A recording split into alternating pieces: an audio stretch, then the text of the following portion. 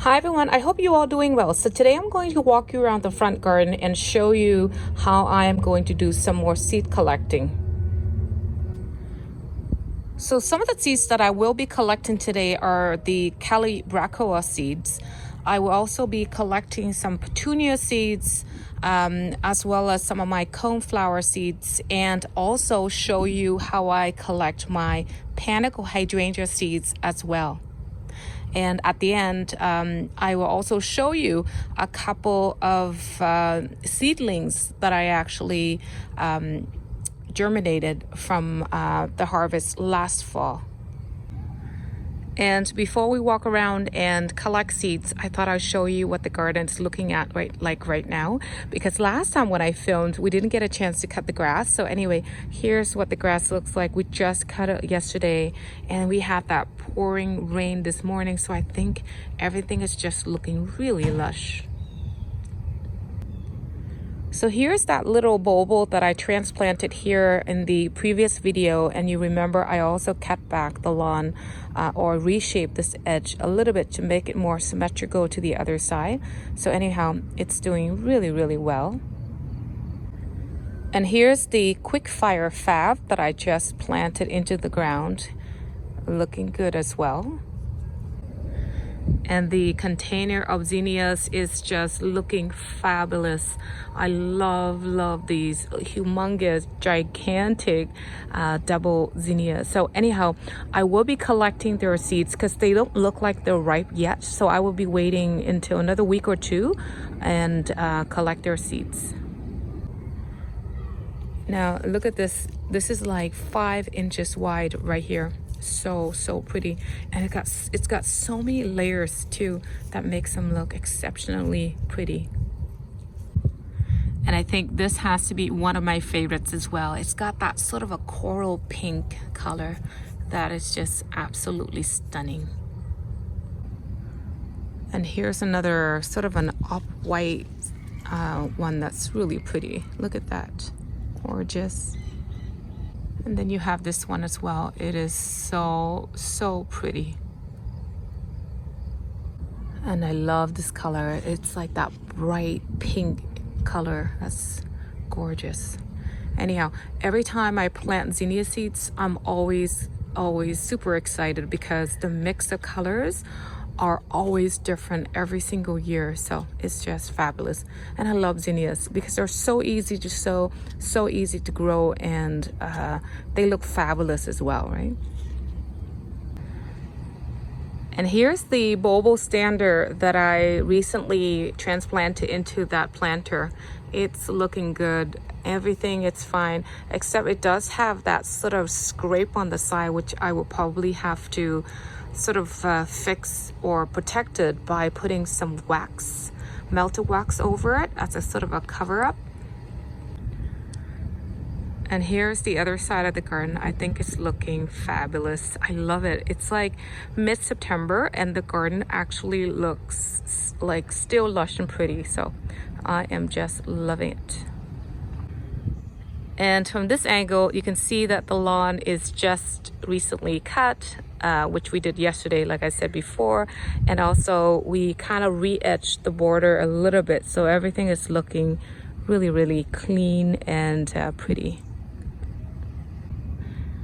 And the alyssum, the royal carpet alyssum here is still looking absolutely gorgeous. I love the color against the chartreuse green of the Anna's Magic Ball, as well as the white cedar here. So pretty.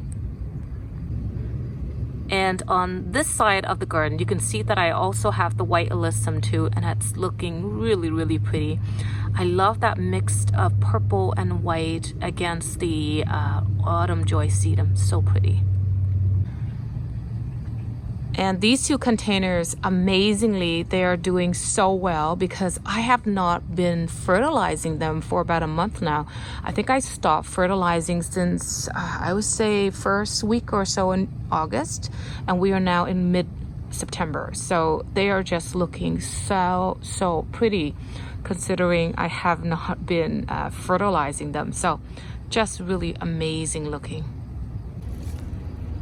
And here there's also like a pinkish red color zinnia, double zinnia as well. That's really, really pretty. So pretty. I don't think it's in the other container, but it's in this one. Oh, there's a little ladybug. And then there's another one like that too. So pretty. And here you can also see that there's a bicolor one that's got like a pink on the bottom and then a lavender layer on the top. So pretty. So let me set my camera up and start collecting seeds with you. So here's my Echinacea coneflower. So when they look like this is when they are ready to be picked. So all I have to do is take my snipper and just cut that off, and there I have it. So all these white things that you see up here, they're all seeds. So I've collected 4 seed heads from the coneflowers, and I think I will leave the rest of them on the plant to feed other wildlife.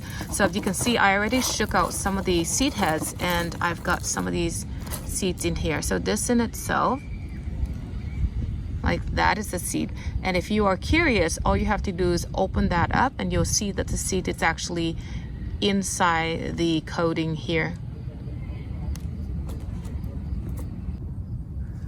So we're at the Calibrachoa planter here. I've got the purple one that I could easily see that there are lots of seed heads in here.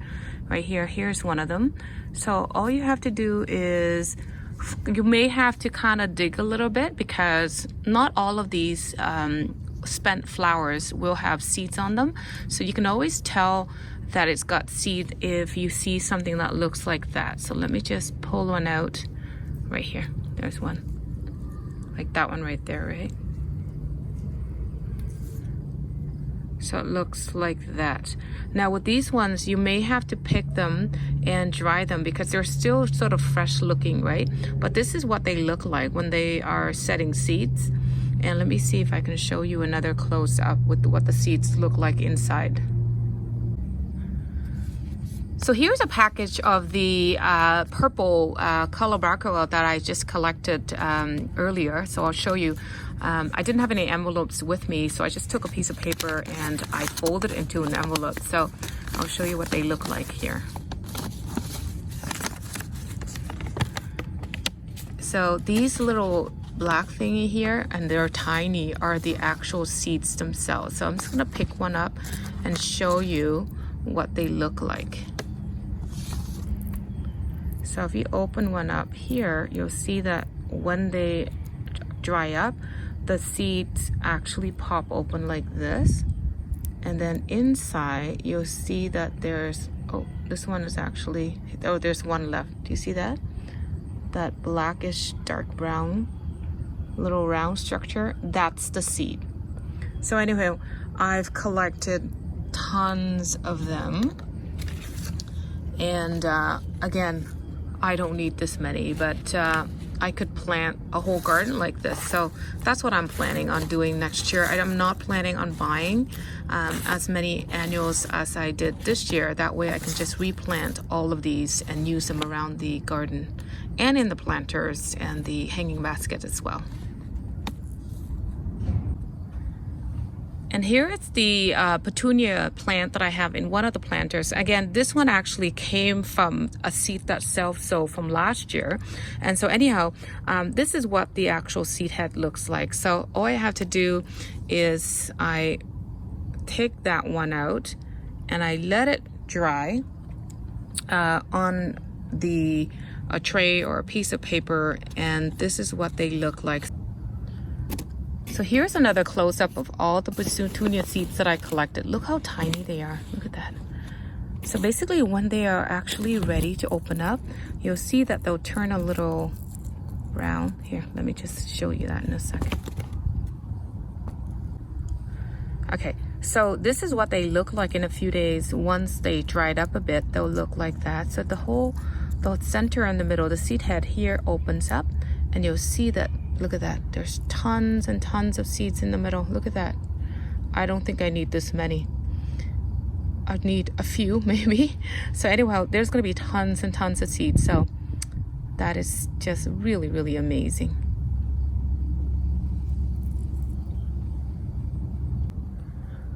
So just in case I forget to tell you, I normally just take these seeds and I put them away somewhere and let them air dry for about a week or 2 weeks, and then I will put them away in their proper packaging and save them for next spring.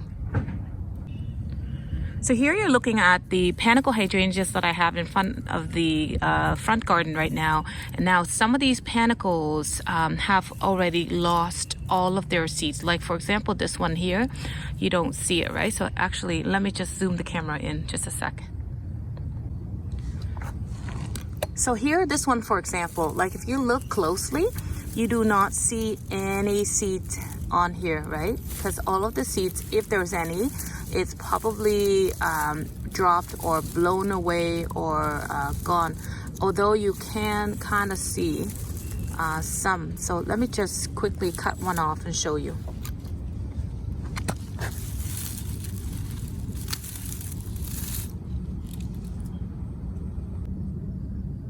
So here's a close-up of a panicle that is completely dried and looks like it's dead, right? And if you can see closely, that little thing there, that is a seed head, right?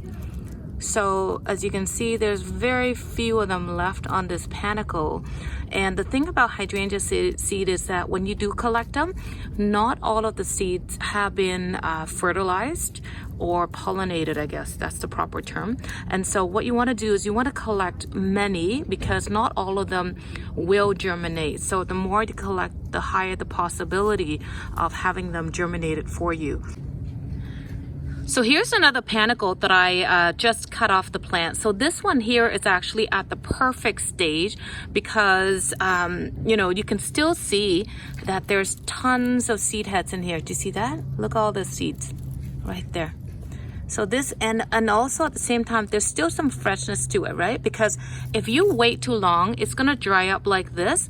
And by this time, all of the seed heads will dry and they will fall off the panicle. So you want to collect these hydrangea seeds when the panicle is about to dry.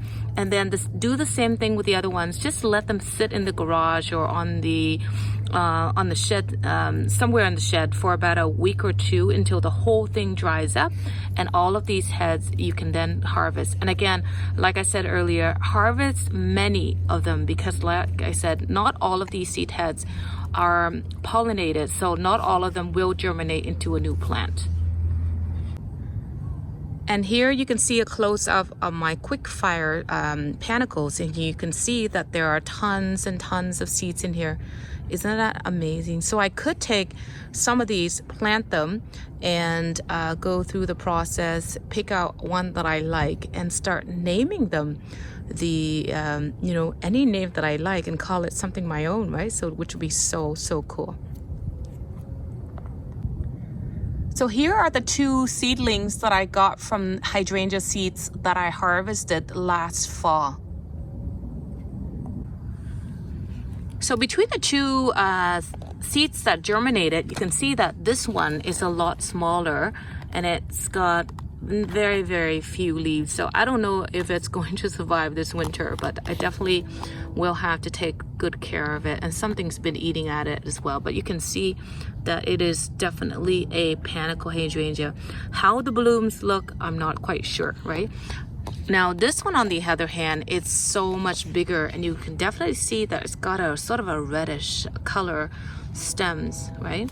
And it's got, look at this, 1, 2, 3, 4, 5 sets of leaves. So I cannot wait to see how this looks like, because I have so many hydrangeas in the garden, so I'm not even sure if they are going to be similar to any of the varieties or a mix of 2. Perhaps I might even will have discover a new variety, right? So anyhow, I think it's just so interesting to plant things from seed, because every time I plant things from seed, I almost always get something that's different than the original parent plant. So anyway, this is super exciting. So anyhow, I hope you enjoyed today's video, and I want to say thank you so much for watching this video.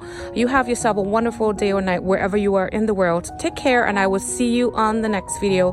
Bye bye for now.